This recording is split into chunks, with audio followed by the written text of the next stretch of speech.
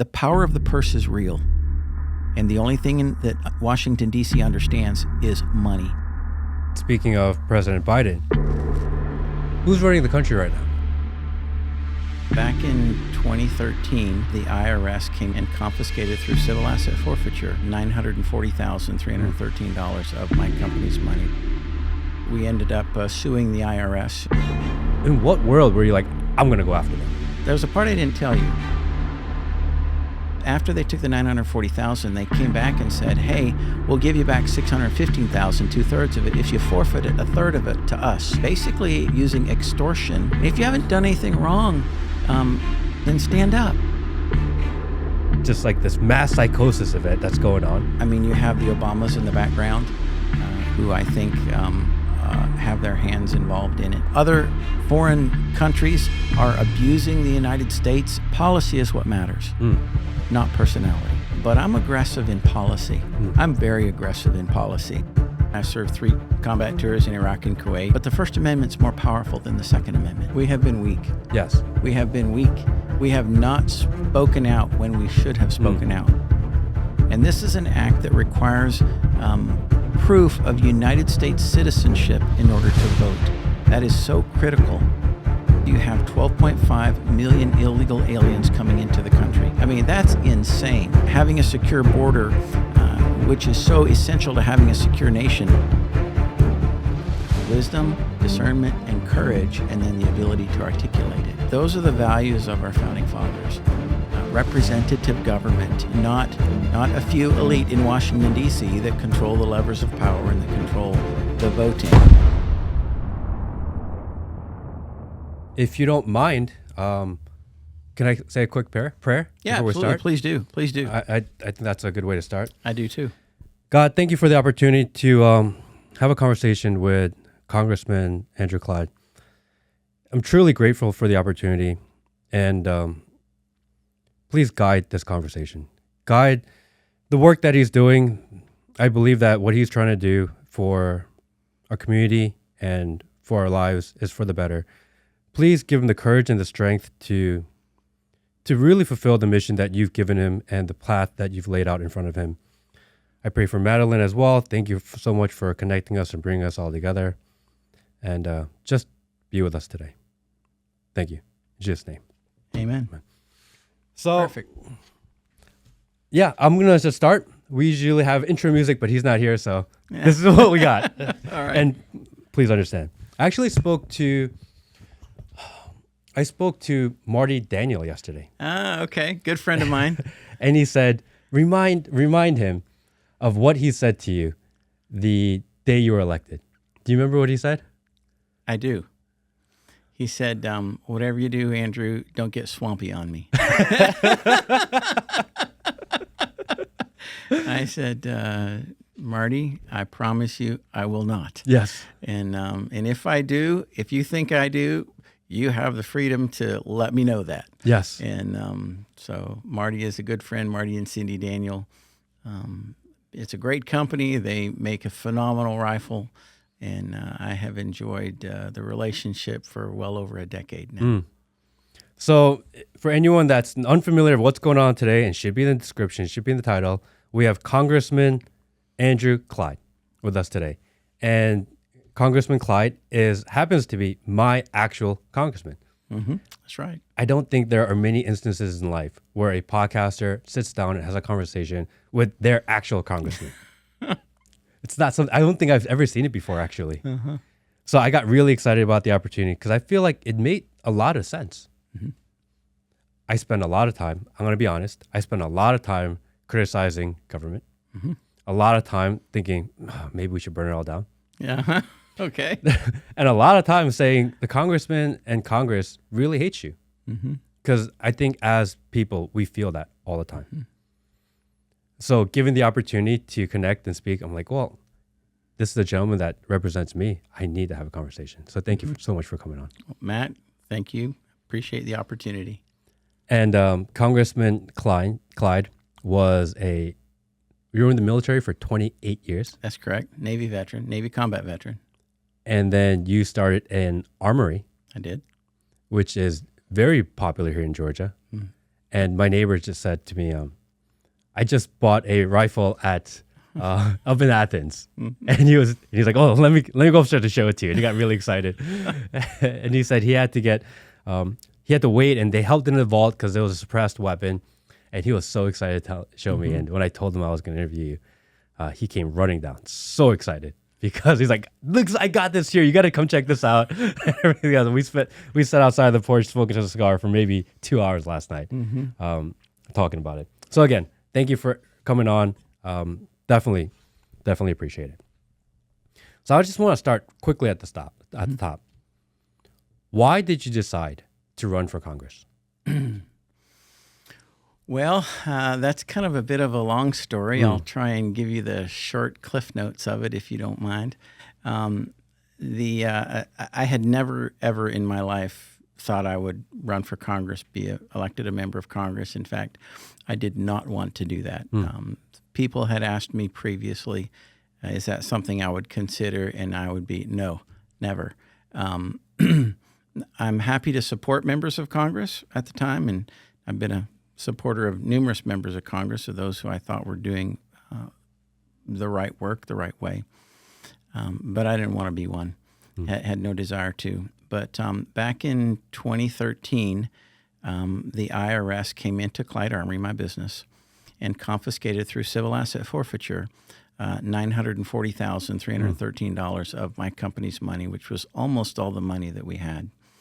That day was April the 12th.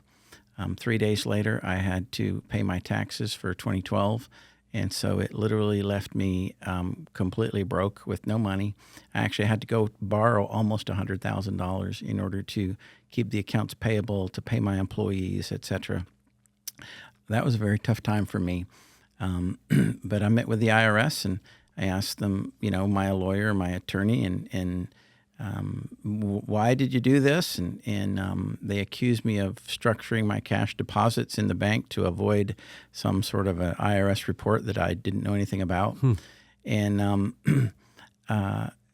they asked to audit me for 4 years, both personal and business. They did that, found absolutely nothing. In fact, came back and told my attorney, they said, okay, so all the money is legally earned and properly reported. Okay, great. We'll give it back. I mean, what more can you have? Yeah. Legally earned and properly reported. Okay. And they said, no, we think he's structured. So therefore we're going to make him go to trial. And long story short, we ended up suing the IRS and going to court. And the judge was very favorable to us. And it didn't, we ended up getting our money back just literally right before trial, an agreement to get our money back. But it cost me over $150,000 to defend myself, of money that I really didn't have at the time, and had to go do some things to take care of it, to fund my defense. And so I was determined that I was going to let this situation be known, because one of the things that that one of the prosecutors said to me is, we're just following the law, okay? And I'm like, how can you be following the law? Well, I found out the law didn't differentiate between legally earned money and illegally earned money, and the IRS could go after legally earned money no differently than they could illegally earned money. And legally earned money is a whole lot easier to find. So all they wanted was the money, which is corrupt, in my opinion, totally corrupt. And so I went to Congress. I told my story before the Oversight Subcommittee of House Ways and Means, and they looked at it and said, wow, this has to be just a one of. But the more they looked into it, the more they found that during the Obama administration, 2009, 2013, over 700 individuals and businesses had been had their assets seized through civil asset forfeiture. And so they, 15 months later in 2015, they asked if I would come in for a hearing where the IRS Commissioner, John Koskinen, was going to be, and three witnesses. There was a dairy farmer, a candy distributor, and myself, a gun dealer. And we told our story as to what happened to us with the IRS. And the chairman of the Oversight Committee, Peter Roscom, forced the IRS commissioner to apologize to us. So in that hearing itself, and this is on C-SPAN, so you can go watch it if you want, okay? The IRS commissioner apologizing to 3 victims of the IRS. And I was one of those. And I said, great, thank you. I appreciate the apology, but make it right. Yeah. Okay. Well, they didn't make it right. So they ended up, that administration or that Congress ended up crafting a piece of legislation with my assistance to make it so that the IRS could never confiscate legally earned money through civil asset forfeiture ever again. So, and it passed Congress unanimously. It took 2 more Congresses before it got a vote in the Senate, which kind of tells you a little bit about the Senate. But in 2019, through Senator Grassley's efforts, it got a vote in the Senate, and it passed unanimously in the Senate as well. And President Donald Trump signed that piece of legislation into law July 1st of 2019. And the chairman was so taken with this piece of legislation that he said, do you mind if we name it after you? And I said, no. I said, it's fine if you want to do that. So it's actually named after the three witnesses that testified against the IRS, and it's called the Clyde Hirsch-Sowers Respect Act. And RESPECT stands for Restraining Excessive Seizure of Property through the Exploitation of Civil Asset Forfeiture Tools Act. So that's the respect part of it, and I think all Americans need a little respect from the IRS, but or a lot of respect from the IRS. So that is now a law, and I believe I'm the only sitting member of Congress that has a federal law named after him that puts a boot in the backside of the IRS. And I wasn't a member of Congress at the time at all, but when our member decided to run for Senate, Doug Collins, then it left the seat open, and the people of the 9th District said, hey, if this guy is going to take on the IRS and not just fight them but win, but beat them and then take away their authority to do what they did to him and do to any other American citizen, that's the guy we want. What was that mindset like when you decide, or you're going through a decision matrix of, I'm going to sue and fight with the IRS? Most people would cower because that's a scary moment. Once you start poking at the IRS, and even now, I'm kind of scared just to talk about taxes and IRS or anything else, because you say one wrong thing, and all of a sudden you're getting bills from long time ago. You're like, oh, they're going to readjust something. You made a small mistake 8 years ago. Now you owe us the back taxes plus interest plus penalty. Most people don't want to deal with it because they're scary. In what world were you like, I'm going to go after them? Well, actually, initially I was terrified because, I'm a combat veteran. I've served 3 combat tours in Iraq and Kuwait. And, I understand combat and I understand the battlefield on that type of a kinetic front. But I had no idea how to fight on this type of a front. And I just was like, I was driven by the fact that I believed I did nothing wrong. I did nothing wrong. And if you don't do anything wrong, then how can the government come after you? And basically using extortion, well, there's a part I didn't tell you, and that is after they took the $940,000, they came back and said, hey, we'll give you back $615,000, 2/3 of it, if you forfeit it, 1/3 of it to us. It's $325,000 is what they wanted. And I'm like, well, why am I forfeiting anything to you? I haven't done anything wrong, all right? And I said, no, absolutely not. And then they came back after they saw we had a hearing in front of the favorable judge to me, and they said, "Well, how about just $109,000 and you can keep the rest of it?" Then I'm like, "No,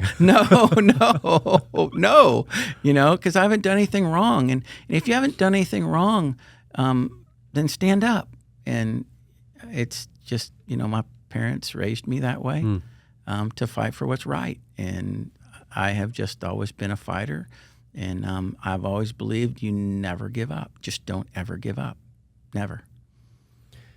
So as you get into Congress, and what do you think is different than what you perceived it to be versus when you actually got there?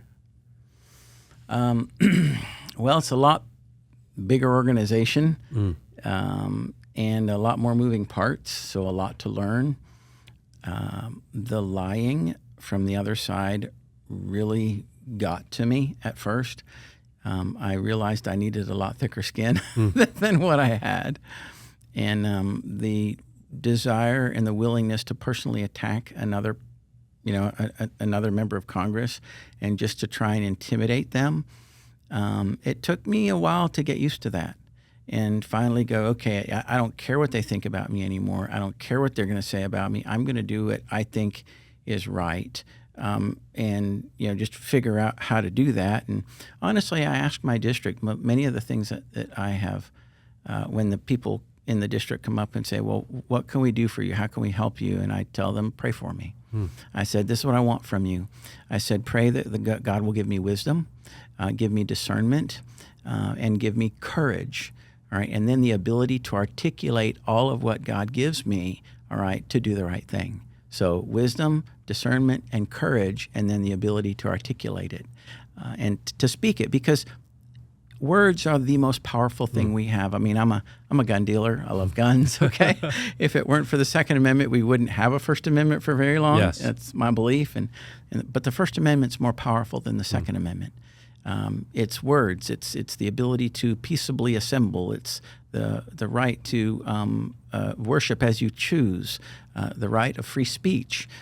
All of that is so critical in letting your voice be heard and being able to convince others of what your opinions are. And if we didn't have a Second Amendment, which I think is kind of the teeth in the Constitution behind the First Amendment to protect the First Amendment, we wouldn't have a First Amendment for very long, which is another reason why I love the Second Amendment, because they go hand in hand. The First and Second do. But it is so critically important that we have that First Amendment and we be able to voice our opinions. And in Congress, when the First Amendment is used with such vitriol, that was kind of what surprised me the most. Because obviously in the space that I'm in, where I talk on the internet, First Amendment rights and censorship is something that I think about all the time. Yes, it is. Yes. And it is not easy because there's no actual rule book on what you can and cannot say. There is a body or person or tech overlord somewhere that unilaterally makes a decision on what is allowed and not allowed. And there's no way for you to ever know if what I say is going to get taken off or not. And it's a scary time because, especially for people who have maybe even smaller platforms, this is something that scares them every day. They don't know if what they're saying is wrong, if they're being censored, if they're being deleted, or maybe they think their idea themselves aren't good. And it drives people crazy. It's like this gaslighting of the public. And it's so necessary because it's what keeps kind of society running, the First Amendment.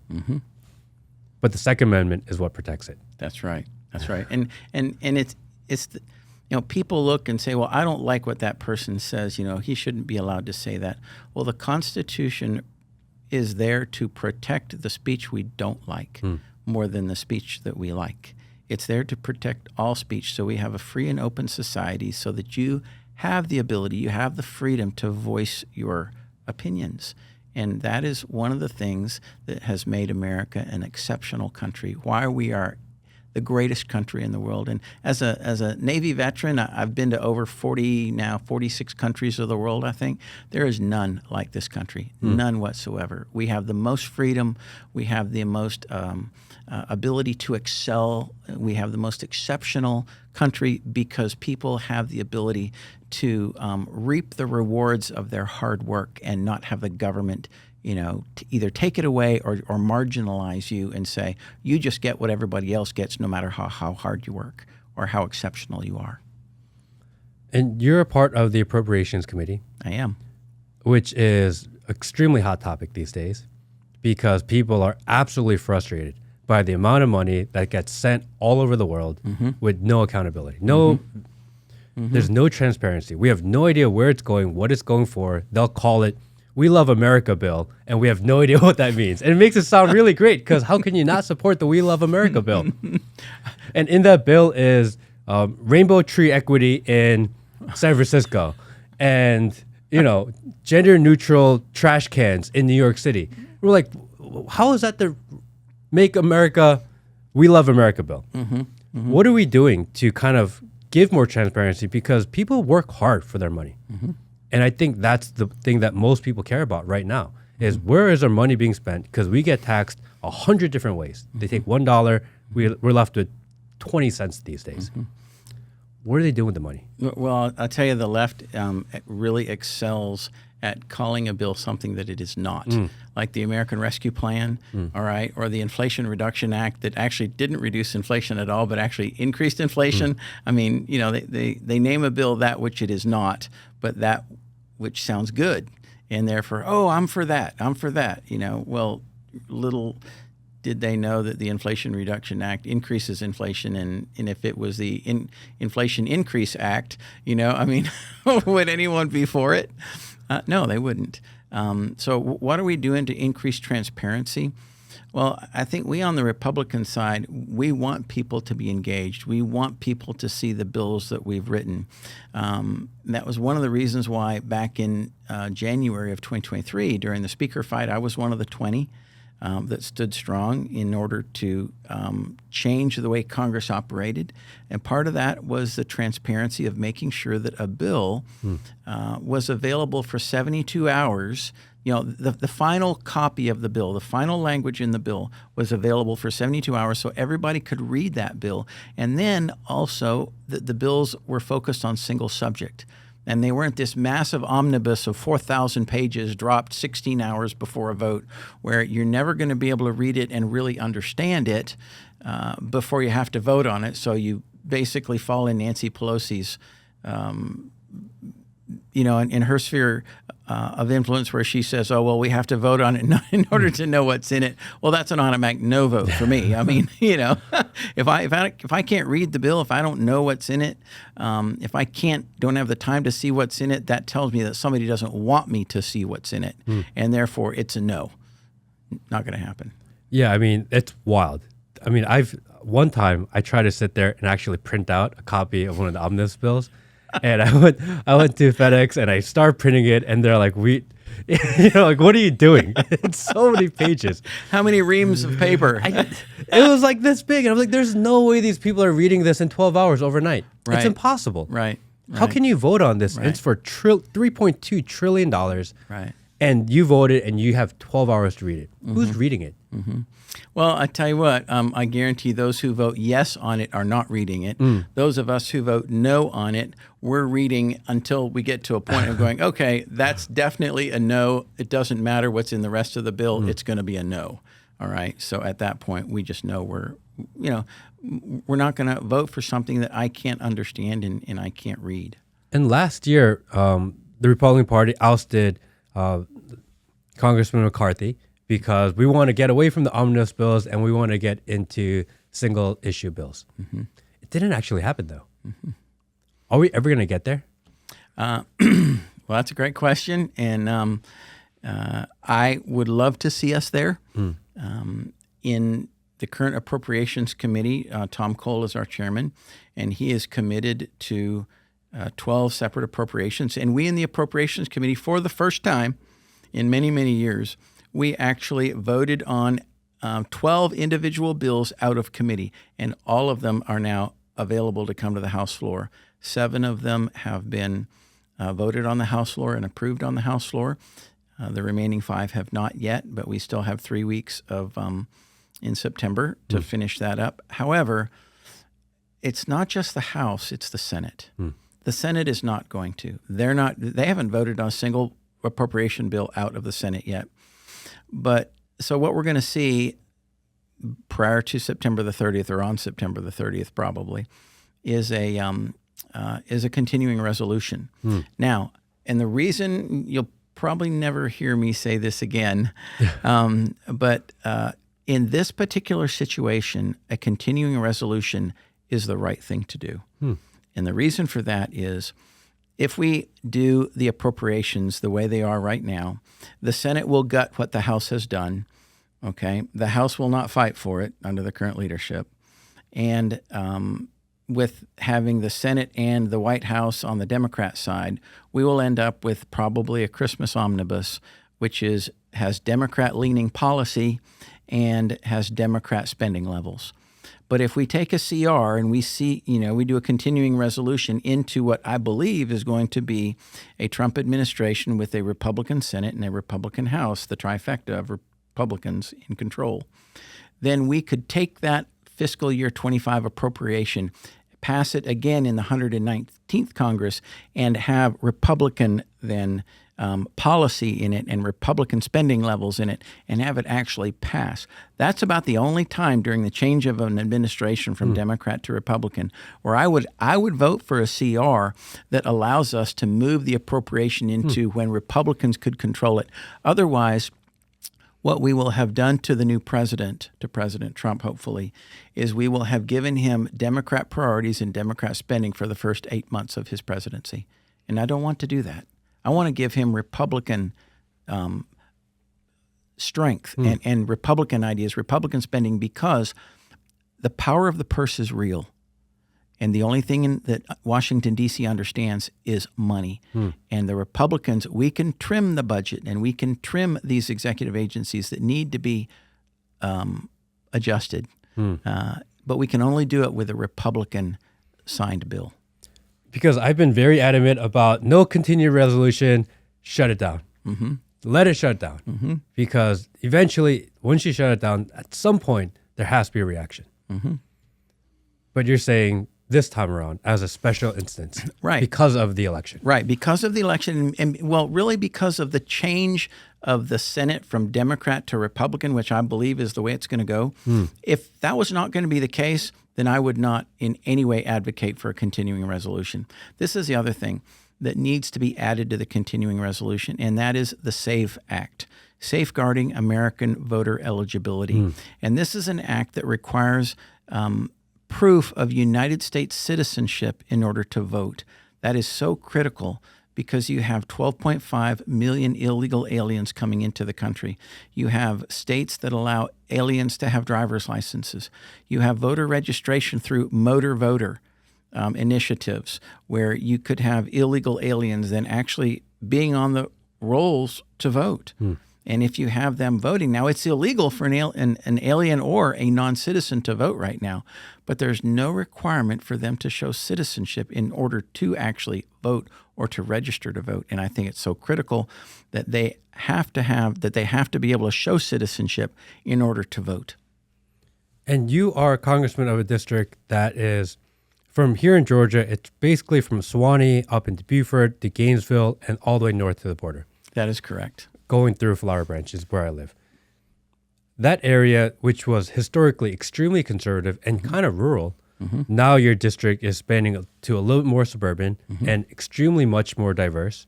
And there is actually a lot of movement going into, especially that 985 corridor. There's building everywhere. Right. It's going to completely change your district. Yes, in one respect, I think you're right, and it will change the district in many ways. But values are values, and the values aren't going to change. The values that Washington, D.C. needs are the values that the 9th District currently has. And those are the values that I will bring and that I have brought to D.C. and will continue to bring to Washington, D.C. Those are the values of our founding fathers. Representative government, not a few elite in Washington, D.C. that control the levers of power and that control the voting, but actually representatives that listen to what their people have to say and, vote that way. Vote in a way that protects and preserves that the individual district's representation. What do you think the actual role of a congressman is? Meaning, is it their job, is it your job to represent what the people in the district want? Or is it your job to see a bigger picture and help them agree with what you'd see as fit? Are you supposed to make decisions on their behalf, or are you supposed to make decisions for them? No, we are elected by them, and the way I look at it is a district will or should be electing a representative that represents a majority of the people, of the opinions of the people of that district. So when they elect you, all right, they have looked at your platform, they have looked at what you've done and what you stand for and say, that's the kind of person who has the intrinsic values of us, and we want him to represent us. So I don't really need to go, and ask the whole, poll the district, if you will. All right, well, how do I need to vote on this or how do I need to vote on that? Because they have already seen because I've already told them how I would vote on it, okay, and therefore go and do that. Now, when it comes to making the federal government work for the people of the district, absolutely. Our government is a government made up of the people, by and for the people, and therefore the people don't work for the federal government. The federal government works for the people. And it's my job as a congressman to make sure that every one of those executive branches does what the people need it to do. So if they have a problem with Social Security and they can't get it resolved, or they run into a roadblock, or Veterans Administration, or my favorite is the IRS, okay? Or if, Medicare, Medicaid, or those things that are federally funded, then at that point, or passports are a great example as well. Then they can reach out to their congressional office if they have an issue with that agency not performing as the agency should perform. And it doesn't matter who you are, as long as you're within the district, then we're there ready, willing, and desiring to help you to make sure the federal government works for you. Do you think most people in Congress feel that way? I wish more people would be better informed. The government is huge, and honestly, I think most people just are like, don't bother me. Leave me alone as long as my life is okay the way I see it. Don't take away my guns. Don't take away my First Amendment rights. Don't try and do anything stupid like that. But that's one of the reasons why we in the 9th District try and educate and let the people of the 9th who want to be involved, let them know what we're doing. And we do that through our newsletter. We send out a newsletter almost every week. A couple of weeks during the year we don't, but that's a 4 or 5 page newsletter that tells what's going on in Congress, what I'm doing in Congress, the bills that I support, what we're voting on, what's happening nationally that people need to be aware of. And that goes out to 35,000 constituents every week. And we can't push it to them. They have to sign up for it, and they can go to clyde.house.gov to do that. Just sign, there's a little tab there that says newsletter, and you go sign up for the newsletter. But you'll see what I'm doing and how we're connecting with the district every solitary week. But there's such a stark contrast between different types of congressmen or Congress people. You have the MTGs of the world, which is one district over, who is in your face on camera almost every day. And part of me says, when I'm in that area or if I'm at a event, people love her because they feel like she's out there busting people's balls on their behalf. At the same time, part of me says, well, how does she have time to actually work? She's always on TV. Same with someone maybe like a Matt Gaetz, who people really like, but he's spending all his time podcasting.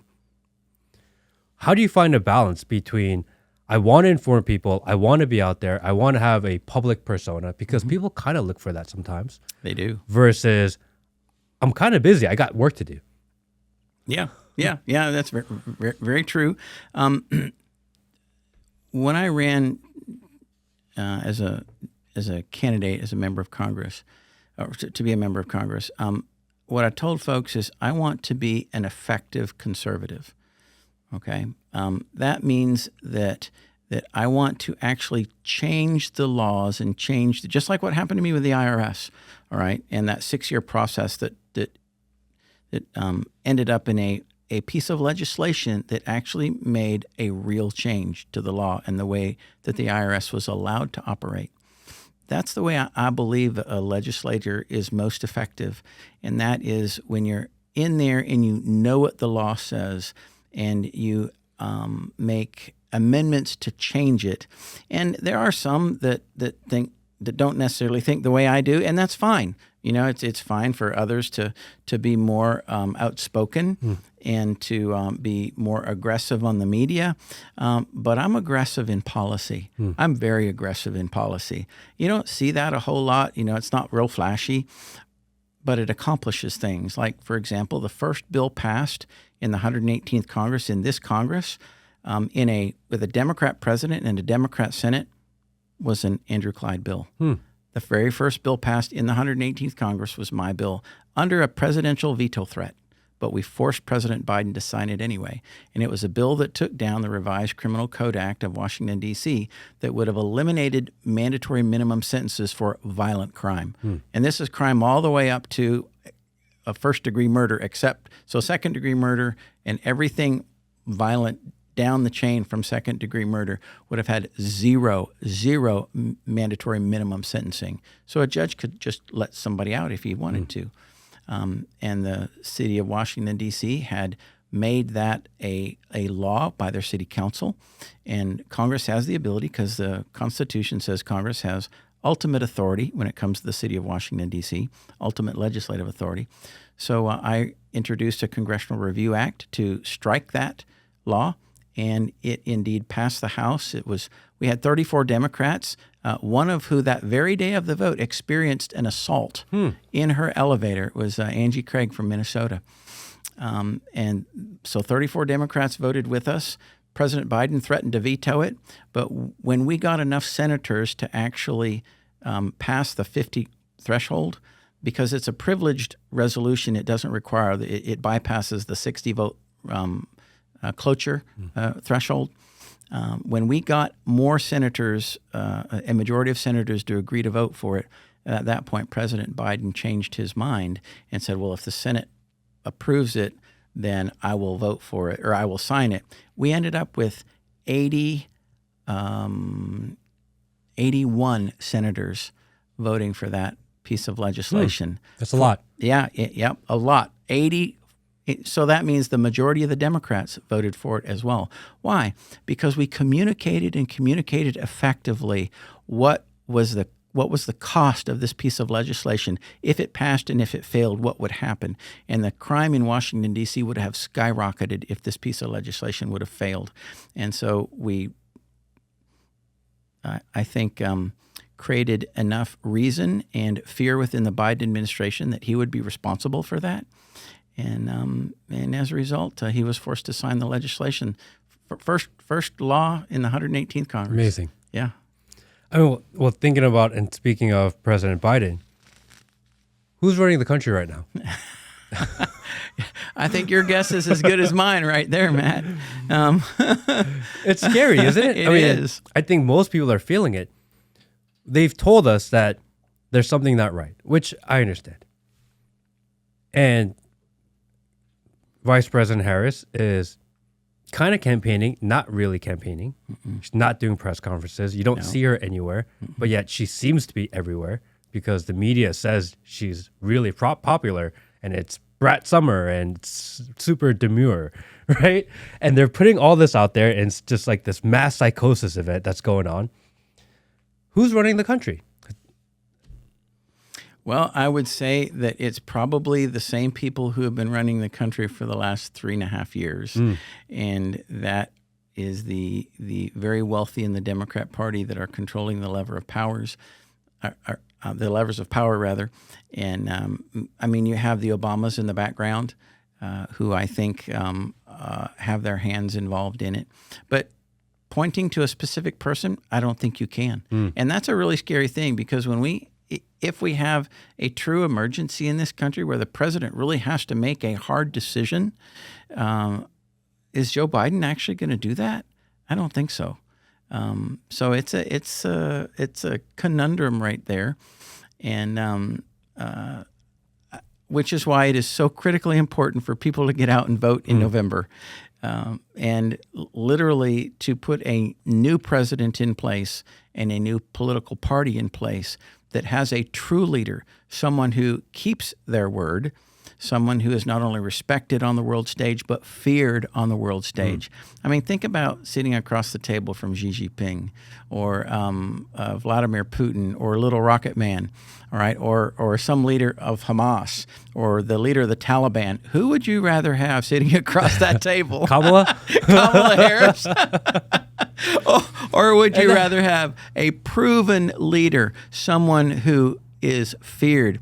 I mean, think about it. When Obama was president, Russia invaded Crimea. When Trump was president, Russia invaded no one. China invaded no one. Hamas invaded no one. The Taliban were fairly silent. And you have, and Iran as well. Iran was not funding Hezbollah and Hamas and the Houthis like they're funding them right now. No. President and Russia, all right, no longer had their tentacles into or no more into Ukraine. We never would have had the push by Russia into Ukraine if President Trump had been there as president right now. I firmly believe that. And I love his strong leadership. I love that anywhere in the world that he's extremely highly respected and feared. I think that's a big one. You have to lead. They have to kind of fear you a little bit. They have to be scared of you, because that actually does make a difference.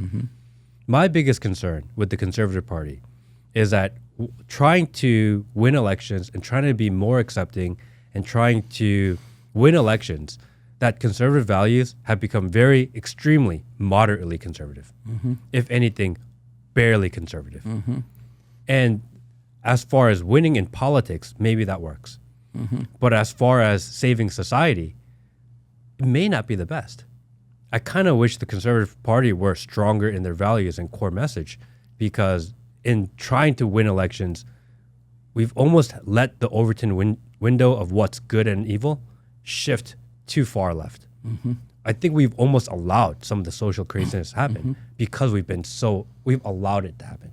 We have been weak. Yes. We have been weak. We have not spoken out when we should have spoken out. We have not demanded that that things not go forward as they are when they have gone forward, like biological males in women's sports. I mean, that's insane. But yet, why did it take us so long to fight for this? Why did it take Riley Gaines, to be the spokesperson for this? No. In the appropriations world, we defunded it. We defunded, and as a matter of fact, I even led an amendment in the Labor, Health, Human Services, Education appropriation that said that went, I think, farther than any other amendment or bill, that said if you, as an educational institution, allow biological males, I don't call them men because they're not men, they're males.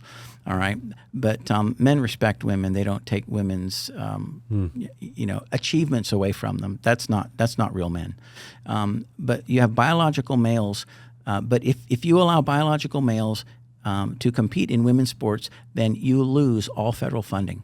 Think about that.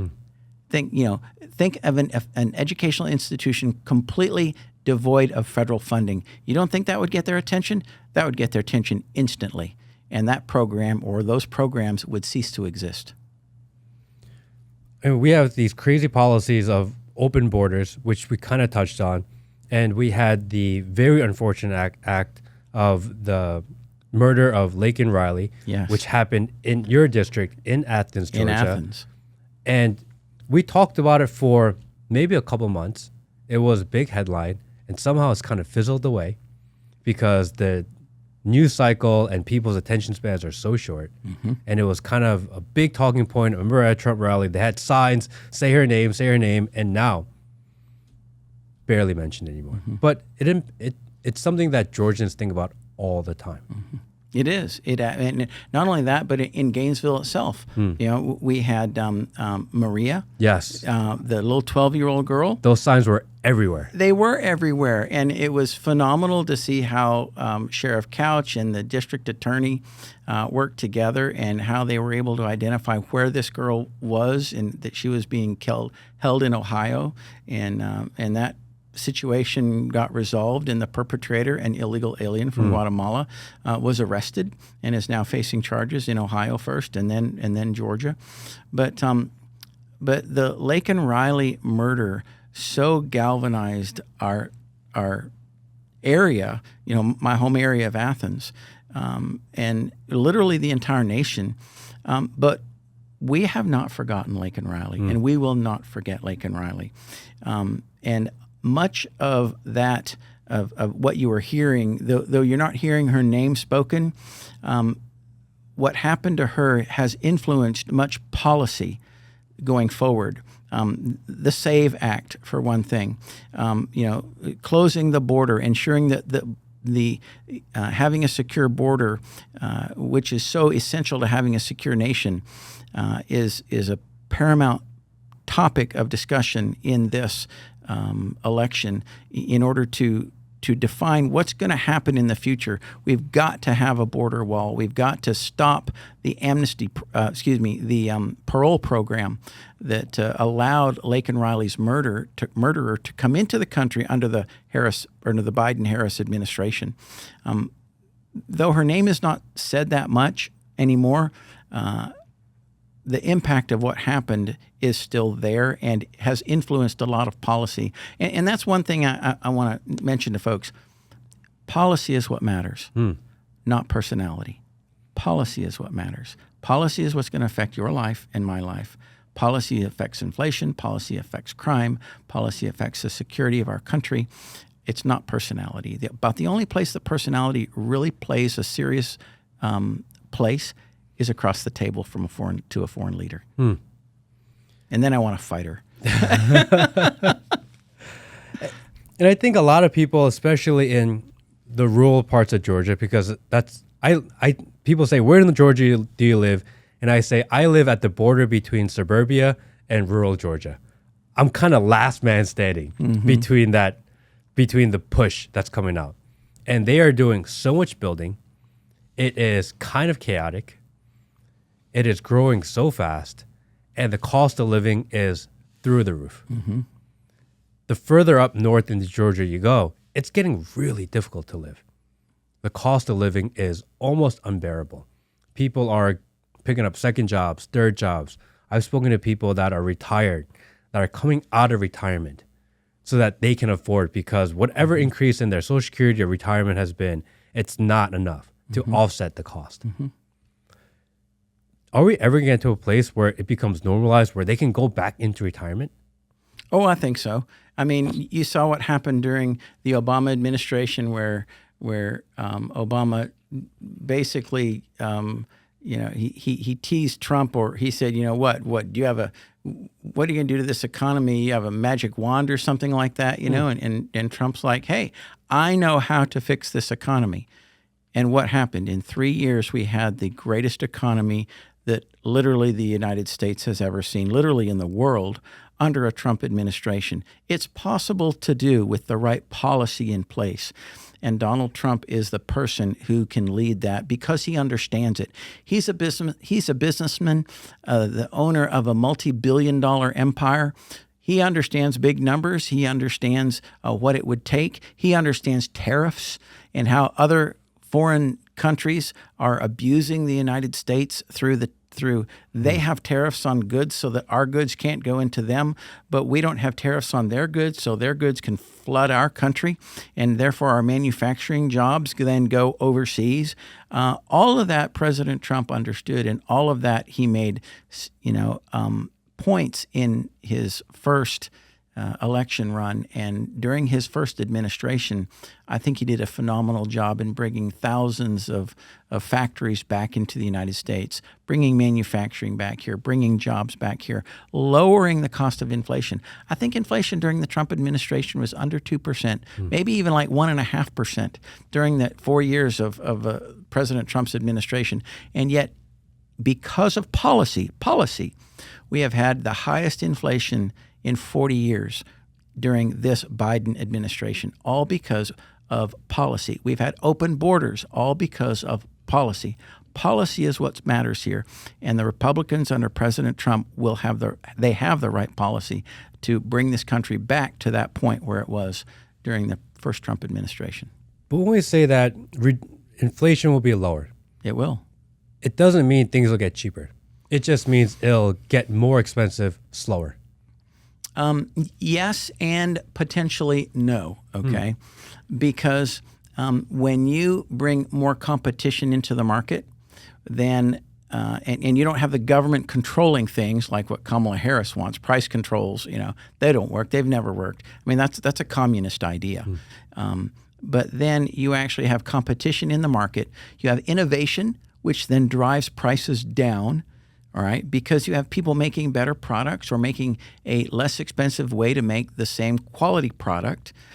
You have the ability to drop the price of energy by, the famous phrase, drill, baby, drill. Okay, and that's what I want to see. In Anwar, in the Alaska Reserve up there, that the Biden administration shut down. If we could be energy self-sufficient again, like we were in the Trump administration, it would drive all prices down because energy is needed everywhere. Energy produces, we use energy to produce everything.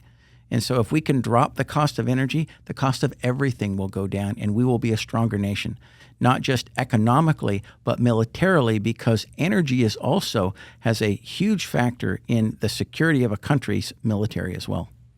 But it's not even just inflation. We have, for example, my property tax has gone up 3x. It went from like $2,000 a year to almost $9,000 a year. Wow. The jump in that, and that's not going to come down because my house value is probably not going to come down. It's almost unbearable. And I was talking to my neighbor, and he said, Matt, our property tax has gone up 3 times or 3x, and I just dropped off my kid at first grade, and they don't have supplies. We have to pay for the markers, and we have to pay for the paint, and we have to pay for their boxes, and we have to help supply all their supplies because even the schools where most of the tax dollars are going aren't able to support the children that are there.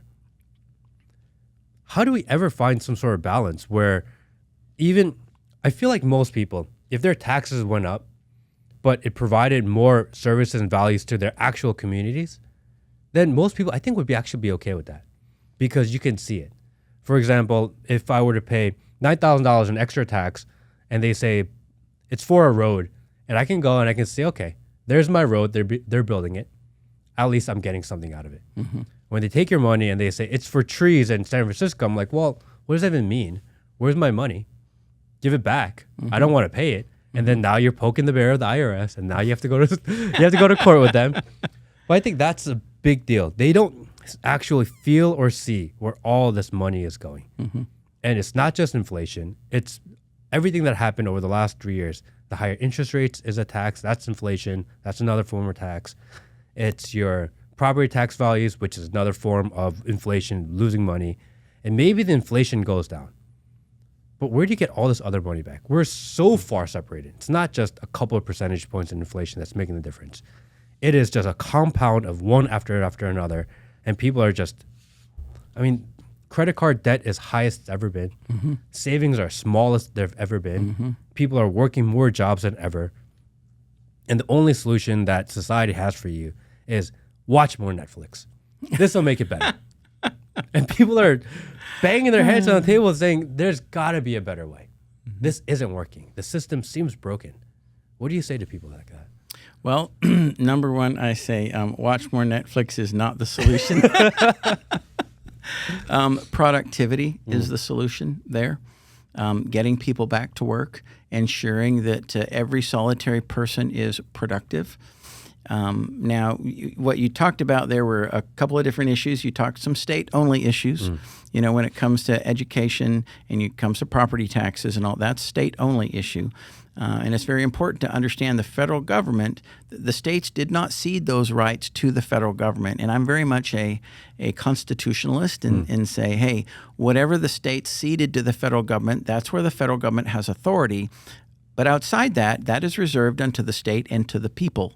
So the federal government hands off when it comes to things that are not within the Constitution, because the states created the Constitution to give the federal government certain specific enumerated authorities, and there's 18 of them in the Constitution, to tell the Congress what we can and what we cannot do. Now, some people would believe that the federal government can do anything and everything, and I'm not one of those folks, and that's not a constitutional, that is not founded in the Constitution at all. That it's an incorrect belief in the Constitution, in what the Constitution says. But national defense, All right, that is the number one thing, the number one authority that the states ceded to the federal government was national defense, as it should have been, border security, and that is where the federal government must engage. We just have to be better at ensuring that what we allow our federal tax dollars to be spent on is legitimate, and that is why we have some very, very sharp fiscal hawks that are members of Congress, and I count myself as one of those, where I'm part of the Appropriations Committee, not there to spend more money, actually there to pare the size of government down. In fact, I want a government so small it's not worth corrupting. That's kind of the way I look at a federal government. I like that. But there's a lot of bloat there, and when we in fact, honestly, I would really like to see us go to a fair tax instead of what you see as a graduated tax on income. You go to a fair tax, that would take the IRS completely out of your life. You would never have to file a tax return ever again, and you would pay tax only on that which you buy, and you decide to buy it. So therefore, you decide the tax that you pay. Now, it wouldn't affect Social Security, wouldn't affect Medicare, all right, but it would affect federal income tax. And that would be a fair tax. And I think that would be a better route to go. It would keep the federal government, the spending of the federal government more in line. Because the IRS is fascinating. I hate talking about the federal IRS because I'm like, oh, I'm going to get an audit now. I talked about them. Now they're going to audit me. Because you have to report, you have to do your own taxes. You have to report your taxes. But they know how much you owe.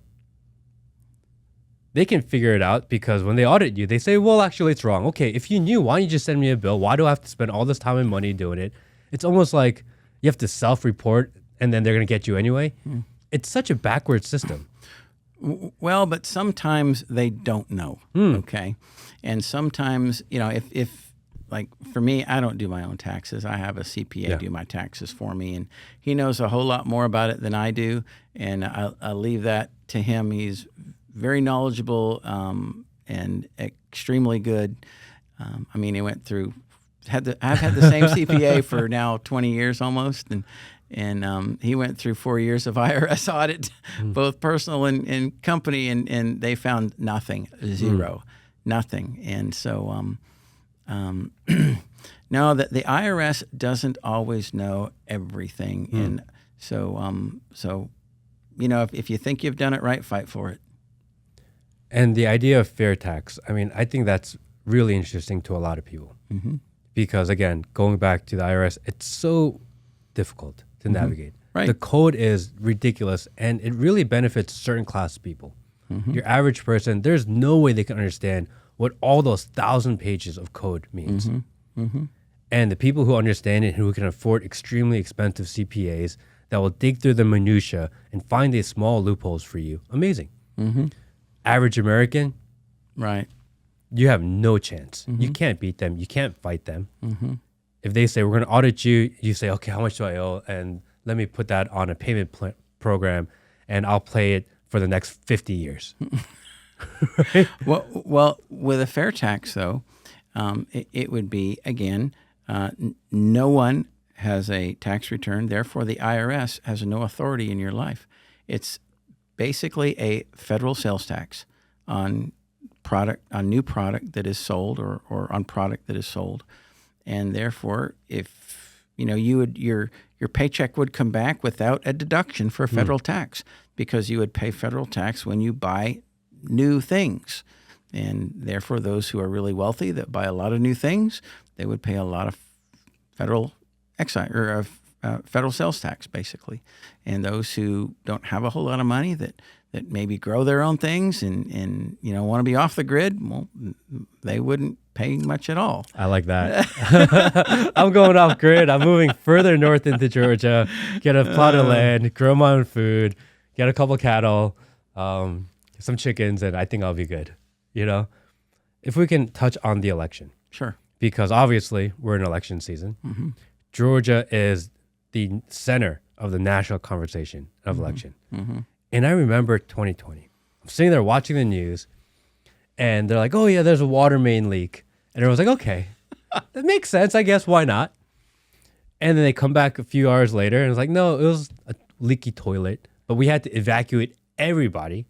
And all of a sudden, Trump goes from winning to losing. Mm-hmm.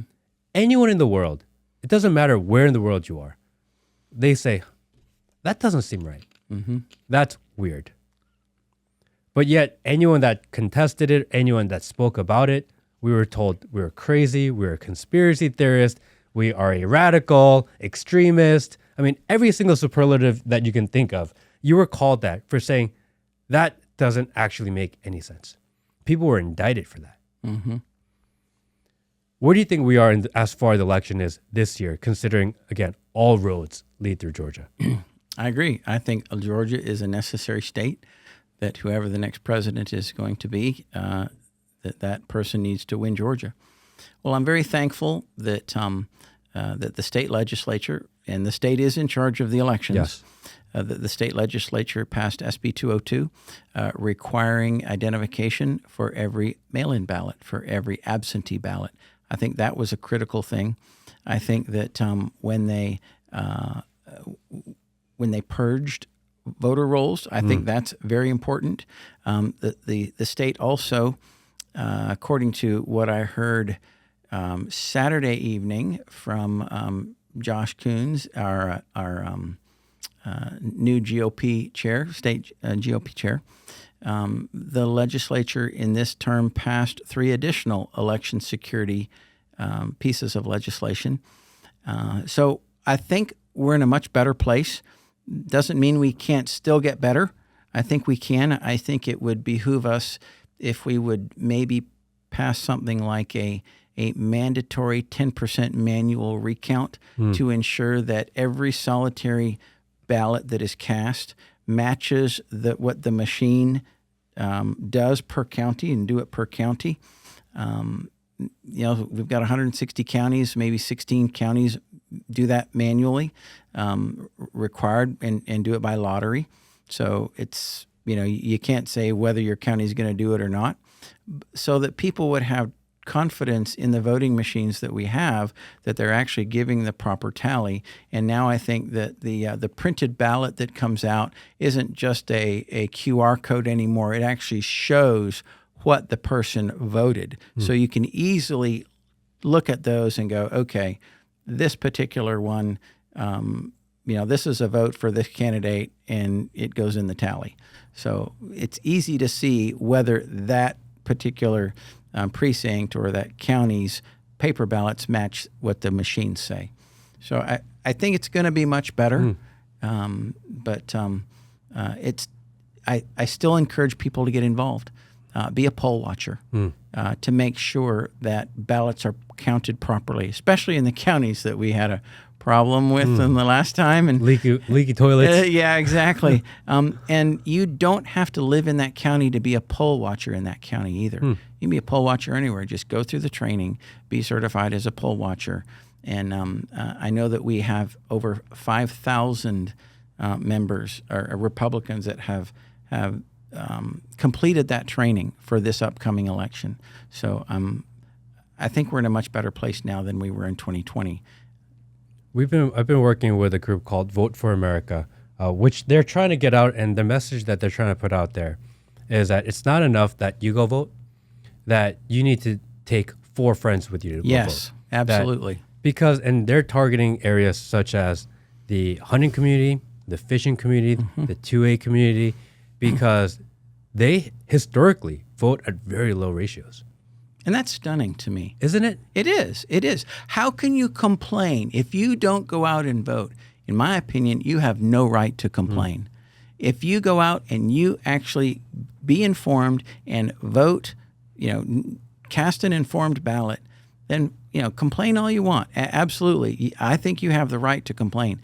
But if you're unwilling to participate in the process to determine who the government or who's going to be in the government and what party is going to govern our nation, then why are you complaining? Silence is only helping the other team. You're not part of the solution if you don't vote. You're part of the problem if you don't vote. And that's really frustrating because even in northern Georgia, outside of Georgia, they voted at such low rates. And it's a lot of former military. It's a lot of hunters, people that love to complain online. They're coming for me. I'm going to live off the grid because the government is looking after me. They're after me. They're trying to control our lives. But yet they don't vote. I think it's something like hunters vote at 40%. There's no excuse for that whatsoever. And the hunting community typically will, if they were all to come out to vote, they lean heavily conservative, heavily Republican. Same with the fishing community, same with the 2A community, and they just don't vote. And it's so frustrating because even in 2020, if the people that care about these issues, which is on the ballot, if they voted, maybe the outcome would have been different. Right. Now, I will say one thing. When it comes to the 9th District of Georgia, we are the strongest voting district in all of Georgia. Really? We are, yes. In fact, we voted 60,000 more votes in 2020 for President Trump than any other district in the entire state. We voted, I think, 308,000 for President Trump in 2020, where I think the closest was like 248,000. So the 9th District, this is a home run. We knocked it out of the park. And we are the most conservative district in all of Georgia. Is it? It is. It is. Now more than South Georgia? Nope. No. In the last 2 elections, we have been the most conservative. Now we'll see with the new redistricting kind of where we are. I'm not sure where we're going to be. Well, I'm going to challenge you to keep that ratio while adding the more suburban area. That's the real challenge. That's exactly right, and we plan on doing that. We plan on we have quite the get out the vote effort in North Georgia, and it's so critically important, Matt, that people get out and vote. Many countries of the world don't have this right. We do. And to not exercise it, to just consider it to be not important, not to spend your time on it, is so short-sighted. We really need people to understand that it is the most important thing that you can do in government, and that is make your voice heard, and especially the conservatives. And by the way, your vote does matter. Don't ever let anybody tell you that your vote doesn't matter. It matters. Final question. Yeah. Hard one. All right. Criticize Congress all the time. I'm sorry. I do. It's all right. You have that right. And there are a few that the few that I would consider to be good. It's far and few between. If I were made a list of the ones that I consider bad, I could probably go on forever. I'm not going to ask you to do that because they're your colleagues. Who do you think are good? Freedom Caucus. Members of the Freedom Caucus. They're strong. They're outspoken. They are very principled. They are constitutional conservatives in that they believe the Constitution is a document of words that have meanings, and those meanings don't change. They don't, flow with the wind or the water. The Freedom Caucus is what I call the conscience of the Republican Party. We are the most conservative members in Congress, and we are the ones that hold the line. The vast majority of the 20, I think 18 of the 20 that held the line back in January of 23 were Freedom Caucus members, because we wanted to change the way Congress operated to give us better rules and to follow those rules, all right, so that individual members would indeed have representation, and it wouldn't, and the power wouldn't reside at some small leadership level, so that we could engage for our constituents. It's the Freedom Caucus. Thank you very much for your time. Thank you You're welcome. for coming on. Thank you, everyone. See you guys next time.